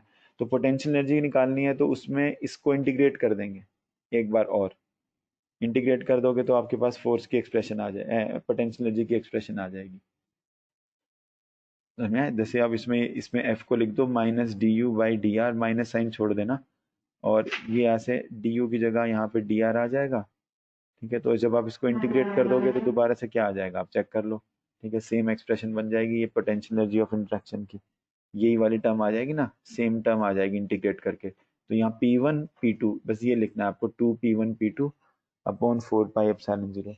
तो जो मैंने आपको अभी बताया है वो जनरल है, जनरल इन द सेंस के मोस्टली देखो मेंस नीट में यही क्वेश्चन आएगा कि आपके पास दो डाइपोल्स ऐसे ही रखे हुए जैसे मैंने अभी इस डायग्राम में दिखाए हैं। लेकिन अगर आपने ये मेथड समझ लिया, ये वाली टर्म इंपॉर्टेंट है, ये लिख लेना बेटा आप लोग, ठीक है। Please don't forget to write this term, this is very important. अरे यार क्या हो गया, ठीक है, this term is very important, this one, ये है ना, इसको लिख लेना और कंसेप्ट भी समझ लेना ये कैसे हमने लिखा है, ये वाली चीज़ ये विजुलाइज करने में हेल्प करती है कि ये फॉर्मूला काम क्यों कर रहा है। ठीक है, तो जो मैंने आपको भी बताया, मेरे पास थोड़ा कम टाइम बचेगा, मेरी दूसरी क्लास भी है, लेकिन आप एक चीज़ देखो, हम इसके अंदर भी अप्लाई कर सकते हैं। मान लो एक डाइपोल रखा है ऐसे, ठीक है, और दूसरा डाइपोल यहाँ पे ऐसे रखा हुआ है, इस तरीके से, समझ में आ रहा है? P2 मतलब इट इज प्लेस परपेंडिकुलर, इस तरीके से। इसके अंदर भी आप अप्लाई कर सकते हो, तो आप सोचो कैसे अप्लाई कर सकते हैं, फिर हम कराएंगे उसके बारे में भी। ठीक है, मैंने आपको एक क्वेश्चन दे दिया कि यहाँ पे इलेक्ट्रिक फील्ड, या अगर आपको सपोज ऐसे दिया है, एक डाइपोल यहाँ दिया है P1, और इसको ऐसे ले लेते हैं, ये एक्सिस है इसकी, एक्सिस, और ये इसकी इक्वेटोरियल एक्सिस है, इक्वेटोरियल एक्सिस, और दूसरा डाइपोल हमने यहाँ रख दिया इक्वेटोरियल एक्सिस पर। तो बस इसमें आपको ये ध्यान में रखना है, जब हम ये वाला फॉर्मूला लगाएंगे P2, P2 है ना, dE1/dr, तो इसमें कौन सी E1 लेनी है, जो इक्वेटोरियल एक्सिस वाली थी उसका डेरिवेटिव लेना है बस, तो फिर आपके पास फोर्स की एक्सप्रेशन आ जाएगी। ठीक है, वरना आपके पास क्या ऑप्शन है, अगर आप ये फॉर्मूला यूज नहीं करना चाहते तो आपके पास ऑप्शन ये है कि आप इसको Q1 दिखाओ, इसको Q2 दिखाओ, सॉरी इसको माइनस Q1 दिखाओ, इसको प्लस Q1 दिखाओ, इस डिस्टेंस को y या जो भी r ले लो, ठीक है, माइनस Q1, और यहाँ पे भी आप Q1 Q2 लो, माइनस Q2 और प्लस Q2, और फिर इसके ऊपर अलग से फोर्स निकालो, वो बहुत कॉम्प्लिकेटेड बन जाएगा। लेकिन जो अभी हमने किया उससे बिल्कुल सिंपल आ जाएगा। ठीक है, जो अभी हमने किया डी, ये वाला फॉर्मूला P2 dE1/dr, इससे फोर्स बहुत इजीली आ जाएगी, चाहे इक्वेटोरियल पॉइंट पे रखा है चाहे कहीं भी। लाओ, अभी जो आज का डिस्कशन था वो तो यहाँ पे अभी हो जाएगा, क्योंकि मेरी 12:30 क्लास है। मैं आपको 2-3 क्वेश्चन दे रहा हूँ, ये मुझे एक दो स्टूडेंट्स ने डाउट्स के फॉर्म में भेजे हैं, तो I hope you will be able to solve these are easy questions, basically very easy questions. तो एक क्वेश्चन में थोड़ी सी अप्रोक्सीमेशन इन्वॉल्व है, और वो क्वेश्चन कहीं आने वाला है भी नहीं, है ना, इट इज़ यूजलेस, मतलब पुराने टाइम का क्वेश्चन है। मैं आपको क्वेश्चन दिखाता हूँ बेटा कौन से मैं बोल रहा हूँ, तो एक बार आप ये क्वेश्चन जॉट डाउन करके, let us see who can send the solutions of this question. Just a minute, मैं 2-3 क्वेश्चन, क्योंकि मैं सबके साथ सबको दे देता हूँ एक बार, तभी कुछ फायदा होगा क्वेश्चंस का ना। Just a minute, I will just show you.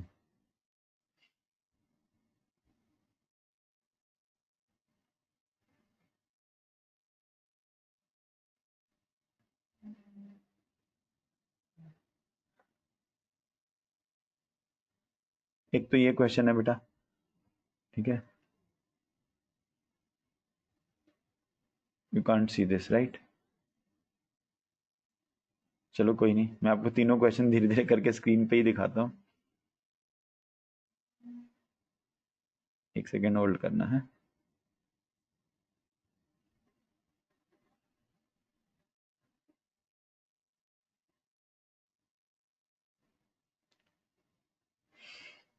Doubt folder, ये सबके मैं डाउट्स संभाल के रखता हूँ, जो भी मुझे डाउट्स भेजते हैं students, I try to do my best, everything takes time. तो ये क्वेश्चंस की मैं एक बार पिक्चर दिखा रहा हूँ आप लोगों को, आप इनको देख लो बेटा एक बार, और try to do them, because just by having them in the picture you will have the questions, आप स्क्रीनशॉट ले लो या कुछ ऐसे।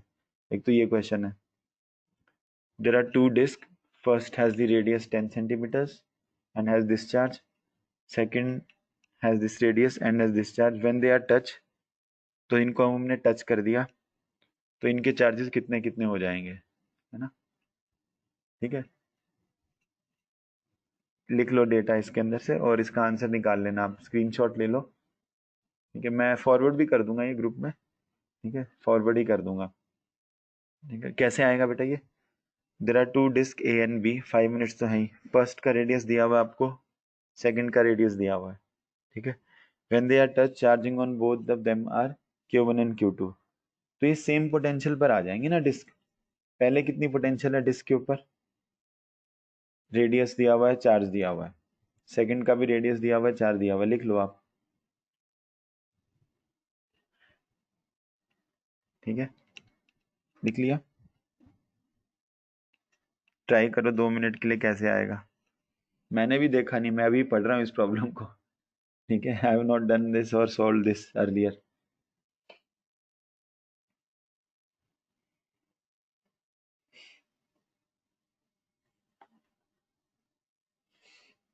क्या सोच रहे हैं बताओ।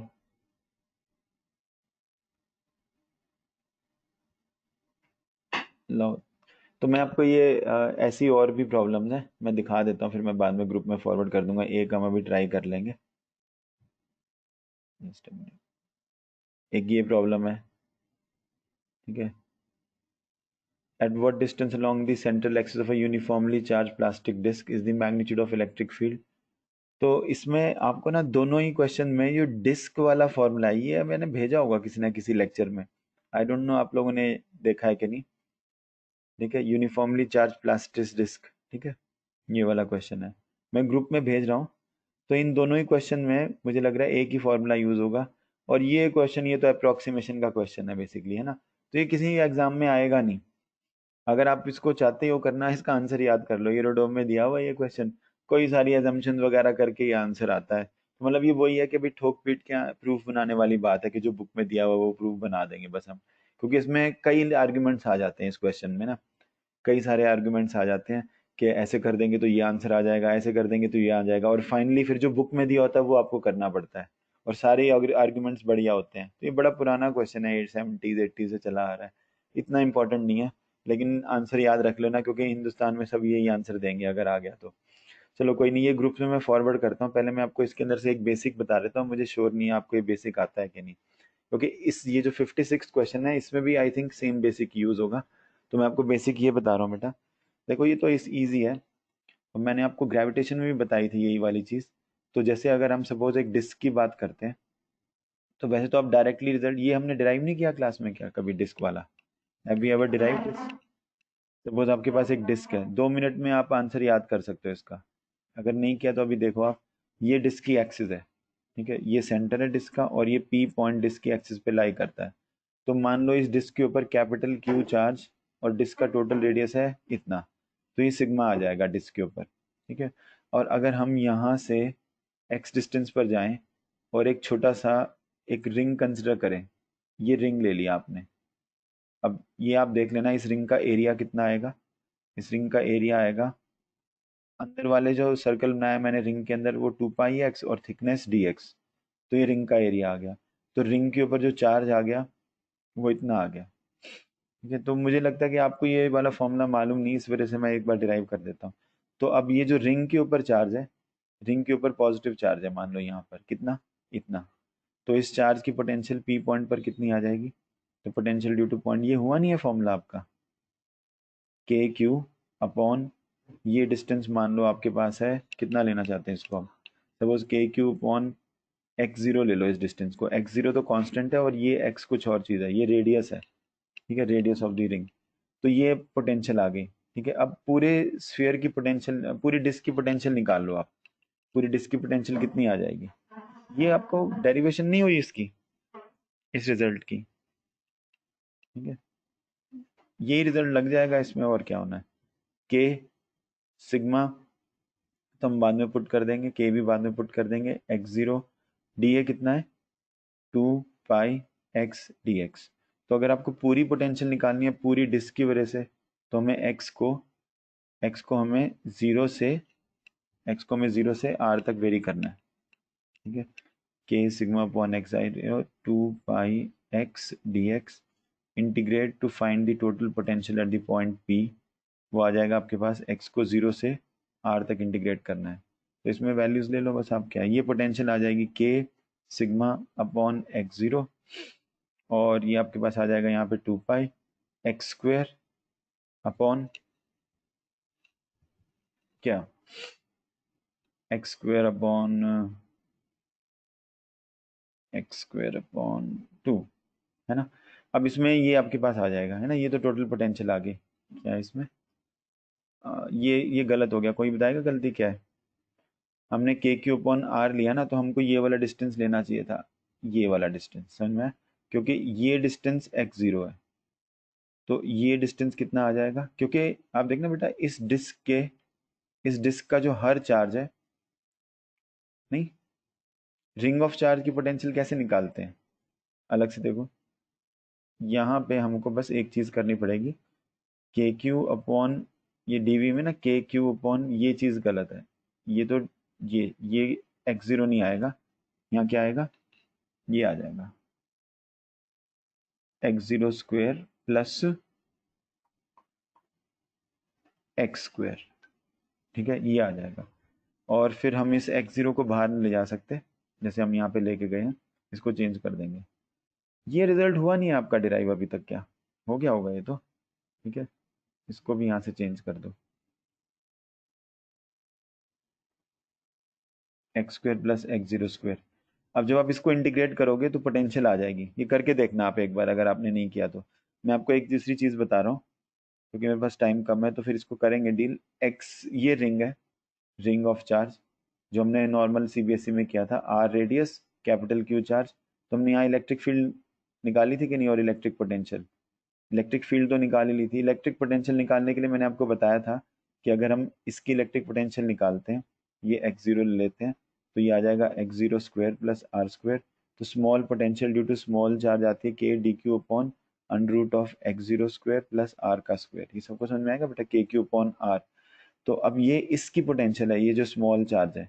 लेकिन अगर आप पूरे रिंग की पोटेंशियल निकालना चाहते हो तो ये तो कांस्टेंट है, पूरे रिंग के लिए तो ये कांस्टेंट है, तो ये कितना आ जाएगा, K upon under root of X zero square plus R का स्क्वायर इंटू कैपिटल क्यू, है ना, ये पोटेंशियल आएगी पूरे रिंग की वजह से। तो यहाँ पे हमने वही चीज़ यूज़ की है, रिंग की पोटेंशियल का फॉर्मूला मैंने डायरेक्टली यूज़ कर दिया, ठीक है, यही वाला रिजल्ट, ये वाला रिजल्ट यहाँ डायरेक्टली यूज़ कर दिया कि ये जो रिंग है उसकी पोटेंशियल, जो इसके ऊपर टोटल चार्ज है सिग्मा इंटू डी है, उसकी के क्यू अपॉन ये वाला डिस्टेंस, ठीक है। तो अब आपको डिस्क की निकालने के लिए ऐसे ऐसे रिंग्स का कंट्रीब्यूशन लेना पड़ेगा, जितने भी रिंग्स आएंगे सब अलग अलग रेडियस के, उन सब का कंट्रीब्यूशन लेना पड़ेगा, इसलिए आपने इंटीग्रेट किया है।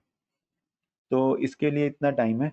बाकी जो फर्स्ट वाली प्रॉब्लम है आपकी, जो अभी 56 क्वेश्चन था, तो दूसरे क्वेश्चन में तो ये इससे डिस्क की पोटेंशियल भी आ जाएगी, और पोटेंशियल से इलेक्ट्रिक फील्ड बड़े आराम से आ जाती है कि नहीं, पोटेंशियल से इलेक्ट्रिक फील्ड बड़े आराम से आ जाती है कि नहीं, डीवी बाई डी आर करके। तो इसमें बस आपको डीवी बाई डी एक्स करना पड़ेगा। तो मैं आपको एक चीज़ सजेस्ट करता हूँ, आप इसको एक्स ले लेना और इसको आप आर ले लेना, ठीक है, क्योंकि अगर आप पोटेंशियल से इलेक्ट्रिक फील्ड निकालोगे तो आपको बाद में जाके डीवी बाई डी एक्स करना पड़ेगा, तो फिर आपके पास इलेक्ट्रिक फील्ड की मैग्नीट्यूड आ जाएगा।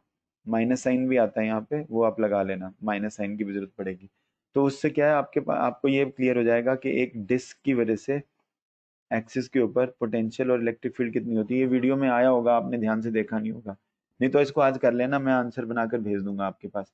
दूसरी चीज ये है जो आपको भी पता होनी चाहिए, अभी मैं कुछ बता रहा था, हाँ, जो आपका ये 56 क्वेश्चन था, उसमें तो इजी है, उसमें एक डिस्क ऐसे दी हुई है और दूसरी डिस्क ऐसे दी हुई है, ठीक है, इसके ऊपर चार्ज है Q1, इसके ऊपर चार्ज है Q2, ठीक है। तो जब भी आप इनको कांटेक्ट में रखोगे, when you place them in contact, दोनों सेम पोटेंशियल पर आ जाएंगे, both of them will come at the same potential. और वो आप चेक कर लेना, मेरे को इंट्यूटिवली यही लग रहा है कि सेम पोटेंशियल पे आने से इनके ऊपर जो सरफेस चार्ज डेंसिटी है वो इक्वल बन जाएगी, ठीक है। और वो आप बना के देख लेना, नहीं तो फिर उसके बाद वो ग्रुप में करेंगे, ठीक है। मैं आपको आज ही सब लोग सोल्यूशन भेज दें, मैं अभी फॉरवर्ड कर रहा हूँ ग्रुप में। अभी इतना टाइम है, मेरी दूसरी क्लास भी है, फिर इनको सॉर्ट आउट करेंगे। और बेटा आप लोगों को एक कैपेसिटर्स की वर्कशीट भी भेजी है, मैंने सोचा था कैपेसिटर की भी कुछ प्रॉब्लम डिस्कस करेंगे, पर मुझे दो तीन प्रॉब्लम्स और ध्यान में आ गई, वो मैंने डिस्कस करने लग गया आपके साथ। तो इसलिए फिर अब कैपेसिटर्स का हम नेक्स्ट वीक करेंगे, आप कुछ ट्राई कर लेना कैपेसिटर्स की वर्कशीट में से, ठीक है। तो ठीक है, अभी इतना ही करेंगे क्लास, थैंक यू, थैंक्स।